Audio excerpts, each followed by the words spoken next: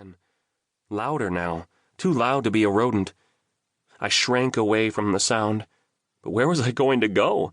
I had 6 feet of space, 6 feet of darkness filled with slippery, slimy wet that stuck to my clothes, my hands, like glue.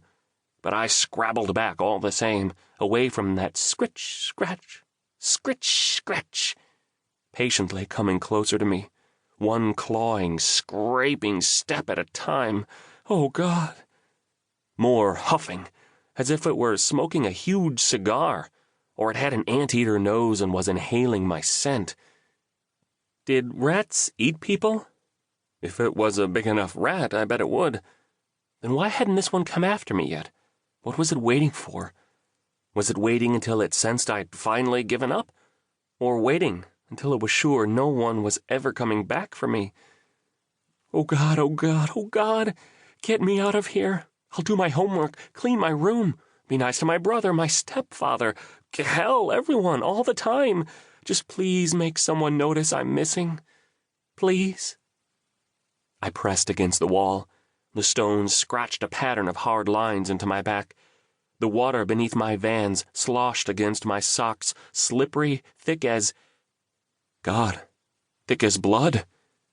But it wasn't blood. No way, wasn't blood. Every horror movie I'd ever seen raced through my mind. Scritch, scratch. Closer now. Bile rose in my throat, the puke thick, burning on the rewind. I spewed chunks. Help! But all that came out was a croaking whisper. Up above, I heard the barking of Whipple, my dog. Little terrier yips, useless against the well. The creature. Who'd hear him this far from civilization? We were in the woods, for God's sake, not in the mall. Dog kept on barking his head off. Thought he was Lassie or something. Whipple? I whispered, calling him even though he couldn't hear me.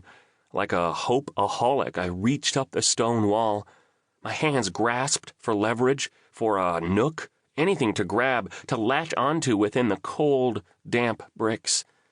I found nothing but more of that gluey, slimy moss and crevices too thin to gain a foothold. I was going to die. Alone down here. And no one would ever find me. I started to cry. I didn't care if boys weren't supposed to cry. My guts twisted, and I had to punch a fist tight into my solar plexus to keep whatever was left of my lunch from riding back up the throat elevator. Scritch, scratch.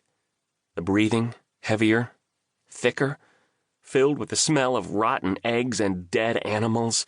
I gagged. Oh, God, oh, God, oh, Jesus, God! I swiped at the sweat and tears on my face.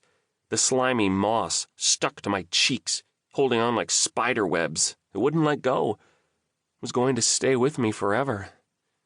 Would be there if they found me? If they ever found my body? Buck up. Stop crying. Be a man.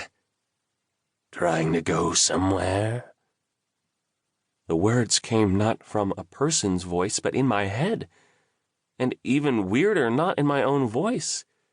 In another voice, one that was deep and gravelly. The voice of... a thing. Holy freaking crap! The dog kept barking, the sound of his yipping going in and out like a radio station that wouldn't stay tuned. Was he looking for help? Running in circles? Chasing a stupid rabbit? Scritch, scratch. I'm coming closer. More breathing. More of that smell, like a stink bomb released right under my nose. I grabbed at the walls again, but whatever sticky slime was on them wasn't enough to hold me.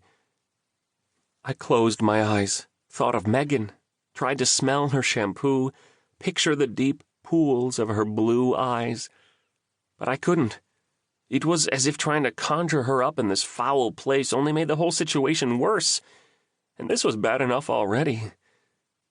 Oh, Cooper.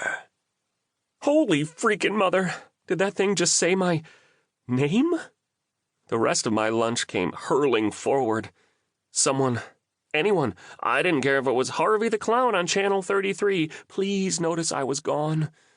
But who? Who would think to come this far back in the woods? And look in the well, of all places? To keep listening to this audiobook, I've left you a link in the description so you can do it, at no cost thanks to Audible's 30-day free trial.